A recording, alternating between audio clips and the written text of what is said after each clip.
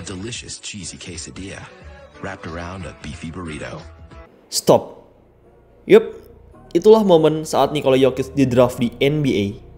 Berbeda dengan pemain-pemain lain di ronde pertama, yang mana mereka maju satu-satu ke atas panggung. Pemain ronde kedua pada umumnya banyak yang tidak datang ke acara draft dan tidak dibesar-besarkan namanya di draft. Dalam kasus Jokic, saat draft sedang berlangsung, ia sedang tidur di Serbia. Dan saat itu, di televisi, saat nama Jokic dikumandangkan oleh petugas, yang tertampil hanyalah nama saja beserta iklan Taco Bell. Kini, Jokic merupakan salah satu pemain terbaik yang pernah ada di dunia. Dalam urusan skill, ia bahkan mungkin top 5 terbaik di dunia. Tak ada yang menyangka, pemain super duper jago sehebat Nikola Jokic bisa terpilih di urutan yang sangat rendah, yaitu 41. Oh iya, karena Jokic terpilih di urutan ke-41, itu artinya ada 40 pemain yang terpilih sebelum Nikola Jokic. Sekarang, pasti kalian bertanya-tanya, gimana sih nasib mereka saat ini? Pada hari ini, Mimin akan membahas nasib terkini dari 40 pemain yang terpilih sebelum Nikola Jokic di NBA Draft 2014. Dan, oh ya, karena jumlahnya ada 40, maka Mimin akan bagi jadi 2 part video. 20 pemain per 1 video. Baiklah, mari kita langsung mulai. 40 pemain yang terpilih sebelum Nikola Jokic di NBA Draft 2014. Bagaimana nasib mereka sekarang? Part 1. Sebelum kita mampir ke videonya, buat teman-teman yang pengen bikin jersey basket custom atau jersey olahraga custom, maka EZ Sportwear jawabannya. Di EZ Sportwear, teman-teman bisa bikin jersey satuan atau dalam jumlah banyak. Teman-teman juga bisa bikin jersey dengan desain dan warna apapun. Di bulan November ceria ini, EZ lagi ada promo, yaitu 100 ribuan saja per jersey. Murah banget kan? Tunggu apa lagi? Segera buat jerseymu di EZ Sportwear. WhatsApp mereka di 0895 4260 91060. Bikin jersey, EZ Sportwear, jawabannya. Pick 40, Glenn Robinson III. Glenn Robinson III merupakan anak dari ex-pemain NBA era 90-an, Glenn Robinson. Robinson III punya karir yang cukup solid untuk ukuran pemain yang terpilih di urutan ke-40. Ia total mampu bertahan selama 7 tahun di NBA, bermain untuk berbagai tim, mulai dari Indiana Pacers, Philadelphia 76ers, Golden State Warriors, Detroit Pistons, Minnesota Timberwolves, dan Sacramento Kings.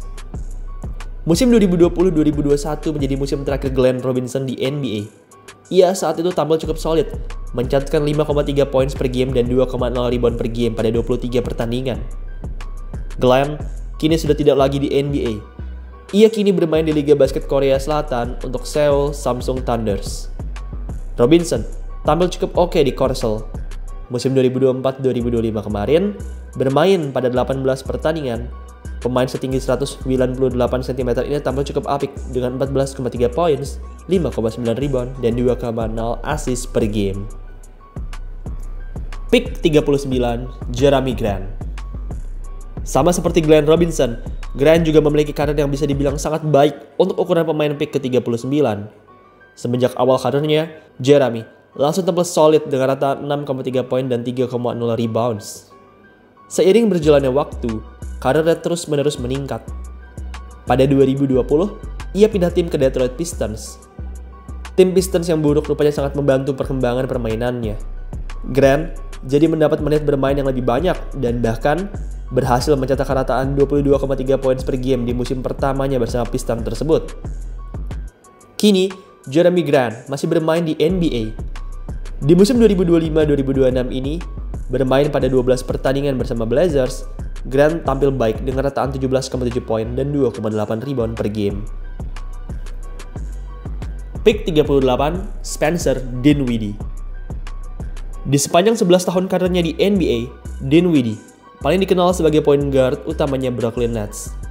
Dinwiddie sendiri total bermain selama 7 tahun bersama Brooklyn, dan selama itu, ia berhasil mencetak rataan solid, yaitu sekitar 14 poin, 3 rebound, dan 6 assist. Musim 2024-2025 kemarin sejauh ini masih menjadi musim terakhir Dinwiddie di NBA.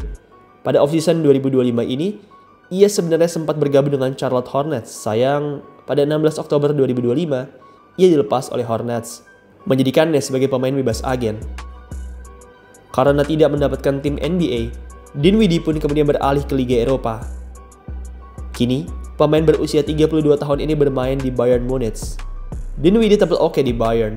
Sejauh ini, bermain pada 6 pertandingan, pemain berambut keriting ini tampil oke dengan rataan 10,3 poin, 1,7 rebound, dan 2,8 assist per game. Pick 37, DeAndre Daniels. Tahukah kalian, dari 60 pemain yang terpilih di NBA Draft 2014, hanya ada 6 pemain yang akhirnya tidak pernah bermain di NBA. Dan salah satu dari 6 pemain tersebut adalah DeAndre Daniels. Daniels sendiri bisa dibilang mengalami nasib yang malang. Ia sebenarnya merupakan pemain yang bagus di level kuliahan, mencatatkan rataan 13 poin per game dan 6,0 rebound per game di musim ketiganya. Dan bahkan saat itu juga meraih gelar juara. Karena berhasil juara, ia pun kemudian terpilih di pick ke-37. Usai terpilih, ia pun kemudian main di Summer League dan ia tampil cukup oke di Summer League, mencatatkan rataan sekitar 10 poin dan 6 rebound. Saat itu, manajemen Raptors memiliki ide yang agak unik. Sebagai langkah pengembangan Daniels, mereka mengirim Daniels ke NBL Australia. Daniels pun akhirnya saat itu bermain di Australia dan tampil cukup baik, mencatatkan 14,8 poin dan 7,7 rebounds per game. Usai selesai dari Australia, ia pun kemudian kembali ke Amerika Serikat untuk kembali ke Raptors. Saat persiapan menyambut musim pertamanya, ia mengalami cedera patah kaki. Cedera ini amatlah parah, membuatnya harus absen nyaris 1 tahun. Usai sembuh sebagai masa transisi, Daniels pun kemudian dikirim ke NBA G League untuk bermain di tim afiliasinya Raptors, yaitu Raptors 905. Cedera patah kaki ini rupanya sangat mempengaruhi permainannya. Ia langsung menurun usai cedera ini, hanya mencatatkan 2,9 poin dan 3,2 rebound per game pada 8 pertandingan saat itu. Semenjak itu, Daniels yang kakinya rusak karena cedera kaki, jadi sudah tidak bisa bersaing lagi di level NBA. Ia pernah beberapa kali mencoba ke NBA lewat jalur NBA G League, tapi semuanya gagal. Saat ini, Daniels masih bermain basket. Kini, small forward setinggi 206 cm ini bermain di CD Espanyol de Osorno di Liga Chili. Pick 36, Johnny O'Brien 3. Sebagai pick ke-36, Johnny O'Brien berhasil memiliki karir yang cukup oke di NBA, menghabiskan total 4 musim di NBA, mencatatkan rataan 3,5 poin dan 2,4 rebound per game dengan menit yang agak terbatas. Pertandingan terbaiknya di NBA adalah pada 4 Maret 2018, di mana ia saat itu mencetak 15 poin dan 6 rebound dengan 77% field goals.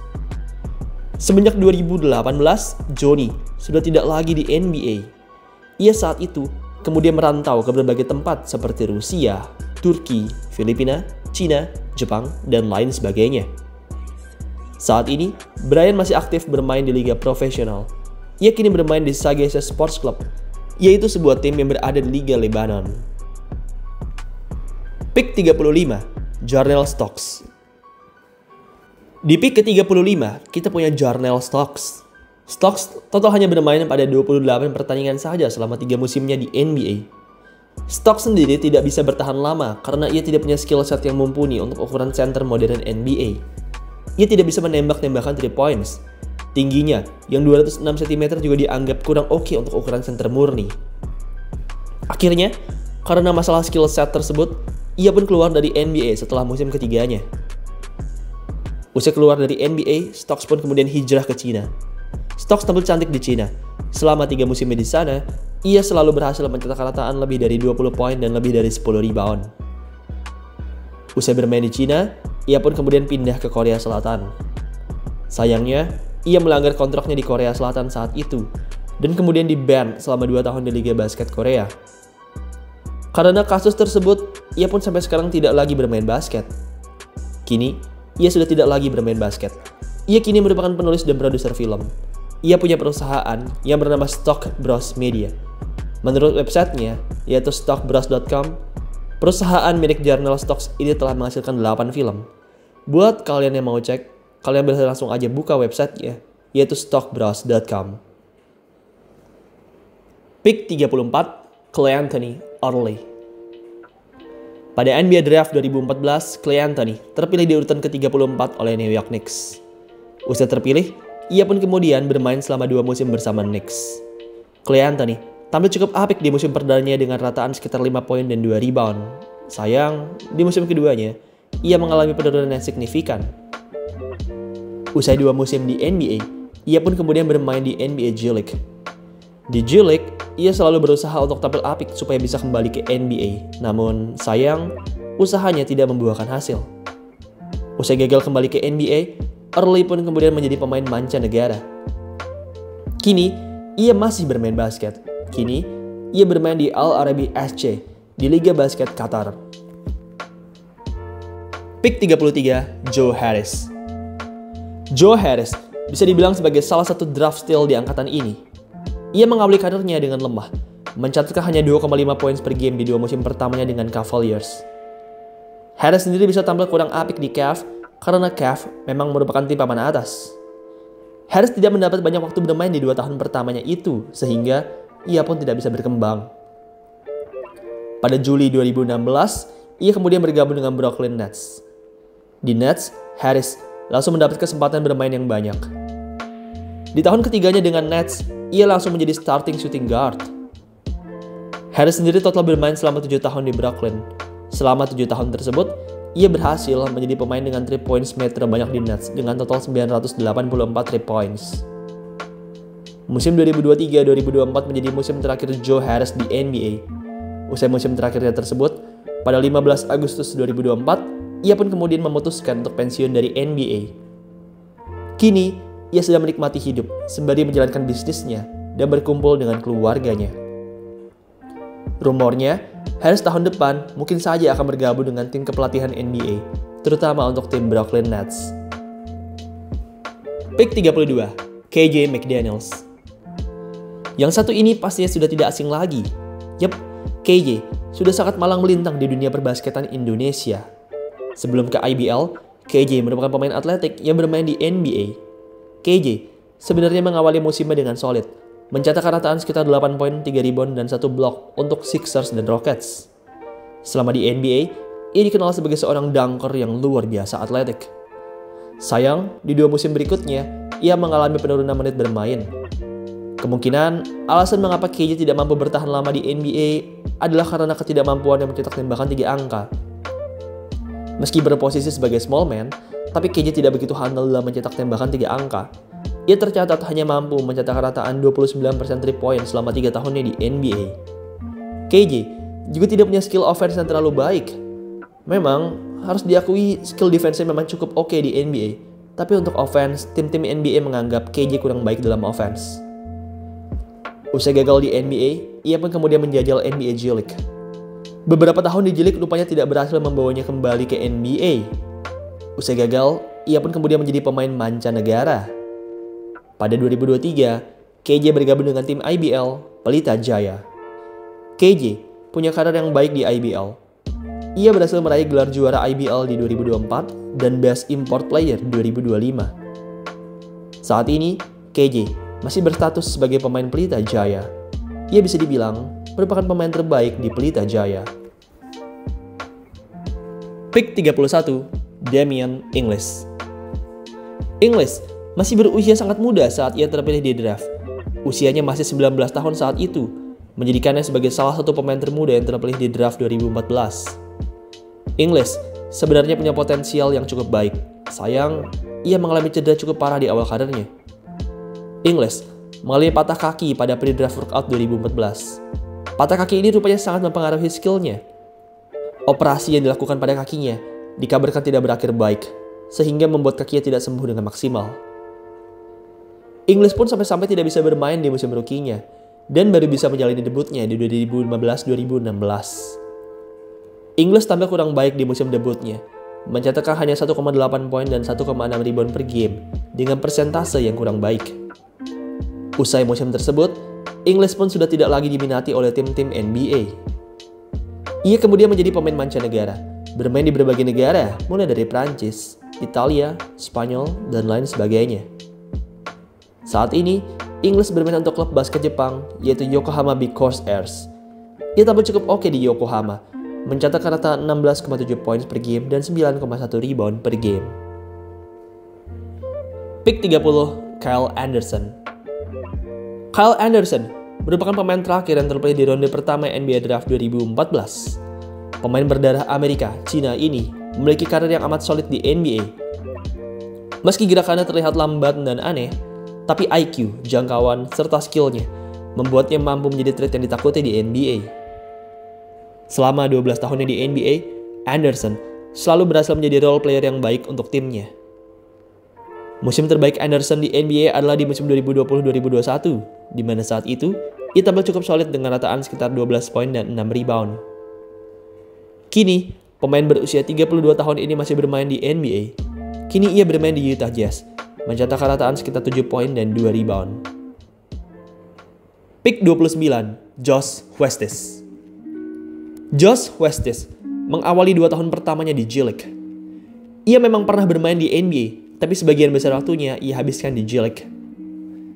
Usia 2 tahun penuh tampil di G-League, Huestis pun kemudian bermain full di NBA musim 2017-2018. Huestis tampil cukup oke saat itu, dengan rataan 2,3 poin dan 2,3 rebound per game dalam 69 pertandingan. Sayang, musim 2017-2018 tersebut rupanya merupakan musim terakhir Huestis di NBA.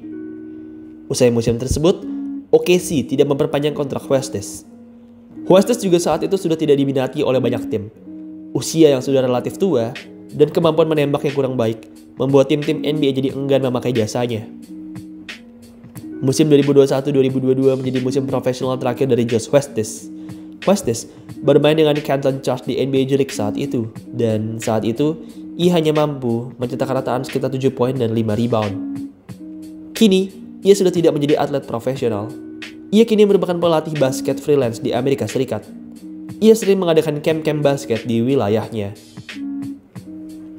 Pick 28, CJ Wilcox. Sama seperti Huestis, Wilcox juga tidak bermain terlalu lama di NBA. Ia total hanya bermain selama 3 musim, dan selama 3 musim tersebut, ia hanya total bermain pada 66 pertandingan saja. Usai bermain di NBA, ia pun kemudian mencoba peruntungan di NBA G-League. Wilcox tampil biasa saja di G-League, membuatnya jadi tidak bisa mendapat panggilan lagi ke NBA. Musim 2019-2020 bersama Fort Wayne Mad Ants jadi musim terakhirnya di dunia profesional. Setelah 2020 tersebut, ia sudah tidak lagi menjadi pemain basket profesional. Kini, Wilcox berperan sebagai pelatih basket. Ia merupakan part owner dari sebuah basketball academy, yaitu klub Utah, serta memiliki sebuah grup latihan basket, yaitu Raps Training. Pick 27, Bogdan Bogdanovic. Meski sudah di-draft sejak 2014, tapi Bogdanovic baru menjalani debutnya di NBA pada 2017, atau artinya, ia baru menjalani debutnya 3 tahun usai ia di-draft. Bogdan sendiri telat masuk ke NBA dikarenakan ia lebih memilih untuk bermain di Euroleague usai terpilih di draft. Alasan Bogdanovic memilih stay di Euroleague adalah karena ia ingin terlebih dahulu mematangkan dirinya sebelum masuk ke liga basket terbesar di dunia ini. Ide dari Bogdanovic ini berhasil. Ia punya musim yang oke di musim rookie-nya, mencetak rataan sekitar 12 poin dan 3 assist. Seiring berjalannya waktu, ia berhasil menjadi seorang skorer yang ulung di NBA.